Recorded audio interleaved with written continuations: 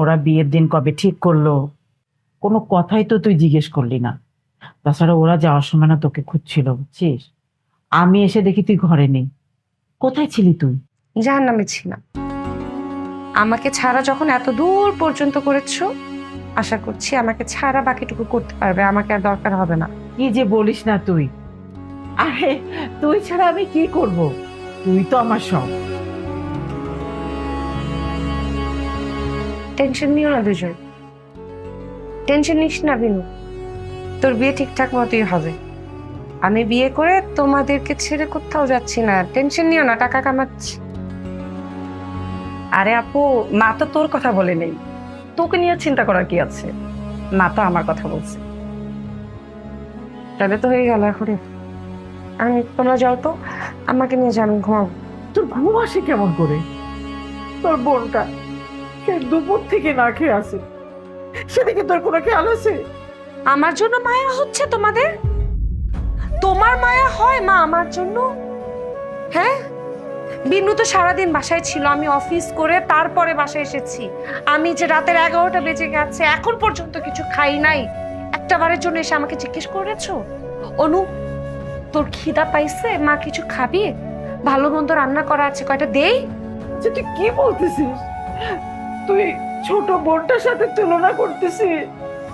তোর বাবা যখন পড়ে যায় ও কতটুক ছিল, কত কষ্ট করে আদর ছাড়া মেয়েটা আমার বড় হয়েছে। মা আমি আমি আমি কারোর সাথে তুলনা করতেছি না, আল্লাহর দোহাই লাগে, প্লিজ কান্না করো না। বিনু কান্না করিস না তো, প্লিজ প্লিজ, আমি আসলে এভাবে বলি নাই, যা তো। আমি না কান্না ধরে রাখতে পারছি না।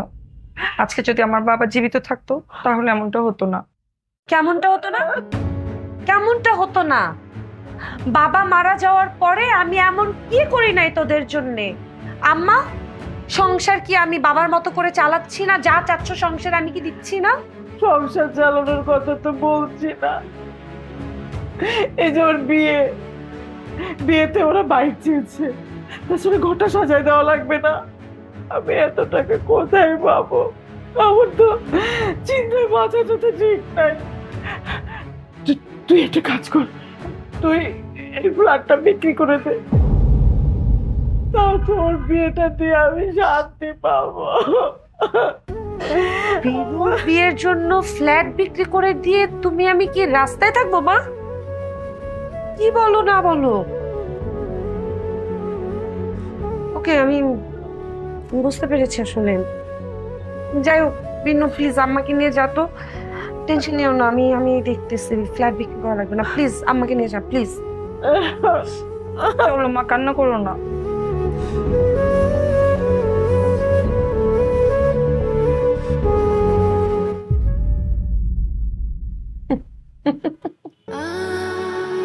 তোর কোনো দাম নাই রে অনু, তোর টাকার দাম আছে। বিয়েতে টাকা দিতে না পারলে বাবার এই ফ্ল্যাটটা তোর মা বিক্রিও করে দিতে পারে। ফ্ল্যাটটা থাক। সরি বাবা, মার উপর রাগ করো না। ফ্ল্যাটটা আমি বিক্রি করতে দিব না। আপনার বোনের নাকি বিয়ে ঠিক হয়েছে? যাক, আলহামদুলিল্লাহ। আচ্ছা স্যার, আমি যদি এই মুহূর্তে চাকরিটা ছেড়ে দিই তাহলে আমি মানে পেনশনের কত টাকা আসতে পারে? কি বলছেন আপনি? আপনি চাকরি ছেড়ে দিবেন মানে? দেখুন, এটা একটা এনজিও চাকরি। আপনার চাকরির বয়স 9 বছর একটু বেশি হবে, সেই ক্ষেত্রে আপনি 7 থেকে 8 লাখ টাকা পেতে পারেন। ও আচ্ছা স্যার, স্যার আমি তাহলে চাকরিটা ছেড়ে দিই। কি বলছেন আপনি? আপনি কি পাগল হয়ে গেছেন নাকি? এই চাকরি সোনার হরিণ, সরকারি চাকরিতে কোনো অংশে কম না। মাঝপথে আপনি চাকরি ছেড়ে দিবেন? স্যার সামনে আমার বোনের বিয়ে, আমার বোনের বিয়েতে অনেকগুলো টাকা লাগবে। মা বলছিল আমাদের ফ্ল্যাটটা বিক্রি করে দেওয়ার কথা। কিভাবে ফ্ল্যাটটা বিক্রি করবো স্যার বলেন তো? আমার বাবার শেষ সম্পদ, ওখানে বড় হয়েছি, এতটা বছর ধরে ওখানে থাকছি। ওই বাসা ছাড়লে নিঃশ্বাস বন্ধ হয়ে যাবে স্যার। আমি আমি অনেক চেষ্টা করেছি, ট্রাস্ট মি, আমি কোথাও টাকা পাইনি। আমার আমার কাছে মনে হয়েছে বোনের বিয়েটাও ভালো মতো হয়ে যাক, আমার ফ্ল্যাটটাও থাক। আমি স্যার চাকরিটা ছেড়ে দিতে চাই স্যার, প্লিজ। অনু, আপনি আমাদের প্রজেক্টের একজন ইডি, আমরা তো আপনাকে ছাড়তে পারবো না। তার চেয়ে ভালো হয় আমি আপনাকে 2 লাখ টাকা লোন করে দিই, আর আমার নিজের পার্সোনালভাবে কিছু টাকা আপনাকে দিই। দেখেন আপনি ম্যানেজ করতে পারেন কিনা। আপনি যদি এই চাকরিটা আর 10 বছর করতে পারেন, তাহলে আপনি 40 লাখ টাকা পাবেন, যে টাকা দিয়ে আপনার বাকি জীবনটা। স্যার প্লিজ এমন কথা বলবেন না।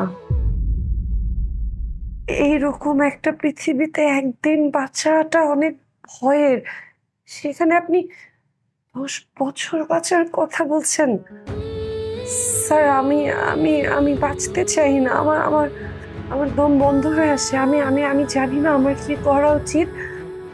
আপনি না আমার জন্য অনেক করেছেন। আমি একটা লাস্ট রিকোয়েস্ট করি স্যার, আমার বোনের বিয়ের আগে প্লিজ একটু ইমার্জেন্সি আমার পেনশনের টাকাটা তুলে দেওয়ার ব্যবস্থা করেন প্লিজ। কি আশ্চর্য! পরিবারের জন্য নিজের জীবনকে এভাবে কেউ শেষ করে দিতে পারে? ওহ,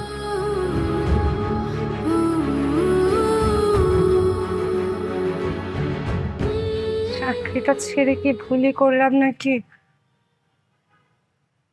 আমার এত দামি চাকরি ওই বোনের জন্য শেষ করে দিলাম, যে বোন আমাকে স্বীকারই করে না আমি তার আপন বোন।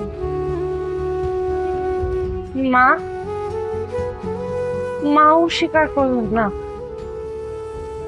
বলে আমি নাকি তাদের পালক মেয়ে। বললাম আমি ভুল করলাম না তো?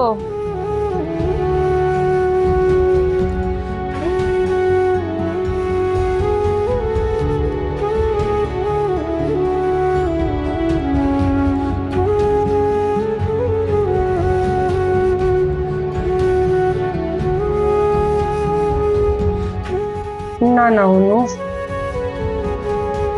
এগুলো একদম ভাবতে হয় না।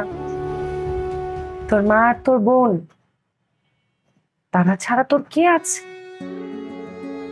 তারা নিশ্চয়ই তোকে নিয়ে অনেক ভাবে, নিশ্চয়ই তারাও তোর ভালো চায়। মা কিন্তু আপন, সত্যি সত্যি কিন্তু তুই পালক মেয়ে না, আপন মেয়ে। বলে ফেলছে কিন্তু মন থেকে কিন্তু বলে নাই অনু, মুখ থেকে বলে নাই। মন খারাপ করিস না, খবরদার মন খারাপ করিস না, মন খারাপ করিস না। মারে কি ভাবতেছিস? বলো। তোরে যে আমি কি বলে ধন্যবাদ জানাবো, এত দুশ্চিন্তায় ছিলাম যে এতগুলো টাকা কিভাবে ম্যানেজ হবে, তুই তো সব ম্যানেজ করে দিলি। তোমাদের টাকা ম্যানেজ করতে গিয়েছে আমার এত শখের এত দামি একটা চাকরি হারিয়েছি, বিন্দু পরিমাণ তোমাদের অনুতপ্ত বোধ হচ্ছে না? না একটু গিলটি না তোমরা, তাই না? আরে যা গেছে তা নিয়ে কেন আফসোস করবি? দেখবি তোর জন্য ভালো কিছু অপেক্ষা কর।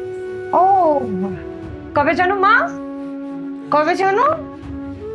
শোনো, ভালোর আশা না আমি ছেড়ে দিয়েছি। যাই হোক, কেনাকাটা শেষ? হ্যাঁ হচ্ছে তো।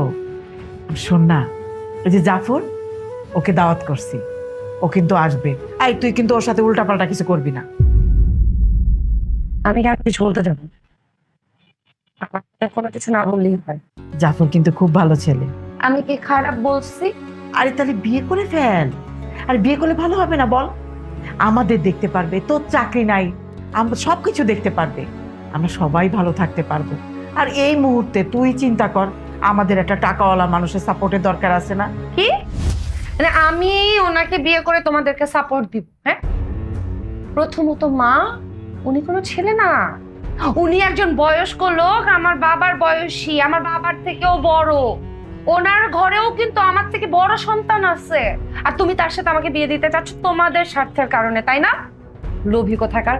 যাও তোমার সামনে থেকে যাও, আমার রুম থেকে যাও। তোমাকে দেখলে এখন আমার রাগ উঠতেছে, যাও। আমার উপর রাগ দেখিস না। আরে বয়স কিন্তু তোরও কম হয় নাই, এইটা মনে রাখিস। রাইট, আমার বয়স কম হয় নাই। তো এই কথাটা তোমার এতদিন পরে মনে হয়েছে মা? হ্যাঁ, তোমার এতদিন পরে মনে হয়েছে? আচ্ছা, যখন আমার বয়স ছিল তখন কি তোমার খোঁজে কোনো ছেলে ছিল না আমাকে বিয়ে করতে চায়?